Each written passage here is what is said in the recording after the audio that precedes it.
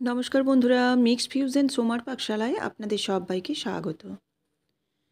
সামনেই খুব গরম পড়বে, আর গরমের সময় আমাদের সেরকমভাবে কিন্তু খুব একটা রিচ খাবার খেতে কারোরই পছন্দ নয়। তো আমরা সবসময় চেষ্টা করি তখন যেন একটু লাইট কোনো খাবার হলে কিন্তু ভালো হয়। তো আজকে আমি সেরকমই একটি খুব সিম্পল রেসিপি দেখাবো, পেঁপে এবং মুসুর দিয়ে ডাল। পেঁপেও আমাদের স্বাস্থ্যের পক্ষে ভীষণই উপকারী। তো চলুন আজকে পেঁপে এবং মুসুর দিয়ে ডাল কিভাবে বানাই আমি সেটাই আপনাদের সাথে শেয়ার করব। এর জন্য আমি প্রথমে নিয়েছি 1 কাপের মতো মুসুর ডাল। মুসুর ডালটা দেখুন, এটাকে ভালোভাবে ধুয়ে নেব পরিষ্কার করে। বেশ কয়েকবার ধুয়ে নেওয়ার পর এদিকে আমি কুকার চাপিয়ে দিয়েছি গ্যাসে। এবার ধুয়ে নেওয়ার পর ডাল এবং জল একসাথে দিয়ে দেব। এখানে জলের পরিমাণ আরও দিতে হবে। এখানে জলটা আপনারা আপনাদের মতো করে দেখে দেবেন, কতটা আপনারা মোটা বা ডালটা কতটা পাতলা খাবেন সেরকমভাবে। এবার ডুমো করে কেটে রাখা পেঁপে এখানে দিয়ে দিচ্ছি। তারপর এর মধ্যে দেব হলুদের গুঁড়ো আর দেব লবণ। এই রেসিপিটি কিন্তু ভীষণই সিম্পল এবং ভীষণ তাড়াতাড়ি হয়ে যায়। শুধু তাই নয়, যে কোনো ডাল আমরা এই প্রেসার কুকারে বানালে কিন্তু ভীষণই তাড়াতাড়ি হয়ে যায়। তো এর মধ্যে লবণ এবং হলুদ দিয়ে আমি সেদ্ধ করতে দিয়ে দিলাম।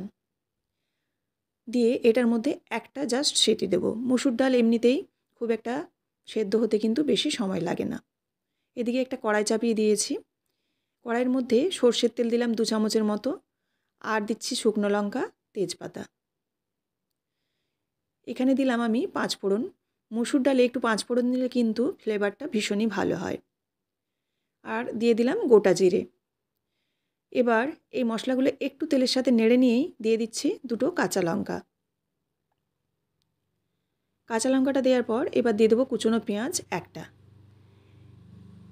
এই পেঁয়াজটাকে এবার নেড়েচেড়ে কিন্তু এই ফোড়নের সাথে একটু হালকা করে ভেজে নেব। এই রেসিপিটি ভাত এবং রুটি দুটোর সাথেই কিন্তু খুব ভালো যায়। তবে ভাতের সাথে আমি সাধারণত একটু ডাল পাতলা করি, আর এটা যদি রুটির সঙ্গে খাওয়া হয় তাহলে কিন্তু একটু মোটা ডালটা হবে, থিকনেসটা একটু মোটা হবে।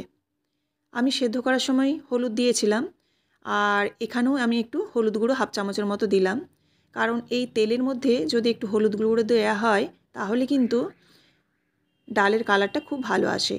দেখুন পেঁয়াজটা লাল করে ভেজে নিয়েছি, আর সেদ্ধ করে রাখা ডালটা এবার দিয়ে দিলাম। দেখুন এখানে ডালটা কিন্তু আমি খুব একটা বেশি সেদ্ধ করিনি, কারণ ডালটা যদি খুব বেশি ঘেটে যায় তাহলে কিন্তু ডালের টেস্ট থাকে না। সেজন্য সবসময় চেষ্টা করবেন ডাল একটু কম সেদ্ধ করতে। তো এটা আমি প্রেসার কুকার ব্যবহার করেছি, আপনারা চাইলে কিন্তু কড়াইয়ের মধ্যেও ডালটা সেদ্ধ করে নিতে পারেন। আমি দিয়ে দিলাম পরিমাণ মতো জল। জলটা আপনারা আপনাদের মতো দেখে দেবেন, আবারও বলছি, কারণ রুটির ডাল হলে একটু মোটা হয় আর ভাতের ডাল হলে পাতলা হয়। দিয়ে দিলাম পরিমাণ মতো চিনি। রুটির ডালে আমি একটু চিনি ব্যবহার করি, আর যদি ভাতের ডাল হয় সেখানে কিন্তু চিনি দিই না।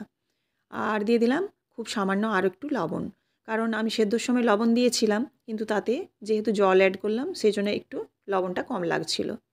এবার কিন্তু ভালো করে 2 থেকে 3 মিনিটের মতো ফুটিয়ে নিতে হবে ডালটা। এবার ফুটে গেলে গ্যাসের ফ্লেমটা বন্ধ করে দিলাম। আর এর মধ্যে কিন্তু দেখুন সেরকমভাবে কোনো মশলা পড়েনি, ফোড়ন দিয়েই কিন্তু এই ডালটা হয়ে যায়। তো আপনারাও এভাবে অবশ্যই রেসিপিটি ট্রাই করতে পারেন, কারণ সামনেই গরমের সময় এই রেসিপিটি কিন্তু হালকা পাতলা খেতে কিন্তু ভীষণই ভালো হয়। এই রেসিপিটি যদি ভালো লেগে থাকে অবশ্যই আপনারা লাইক, কমেন্ট এবং শেয়ার করবেন।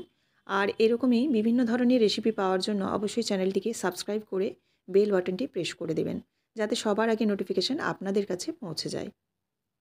দেখুন একটা সার্ভিং বোলের মধ্যে আমি রেডি করে নিচ্ছি।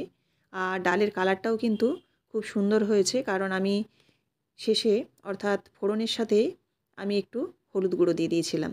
তো আপনারাও এভাবে ট্রাই করবেন। আর আবারও দেখা হচ্ছে আপনাদের সাথে নেক্সট রেসিপিতে। সবাই ভালো থাকবেন। ধন্যবাদ।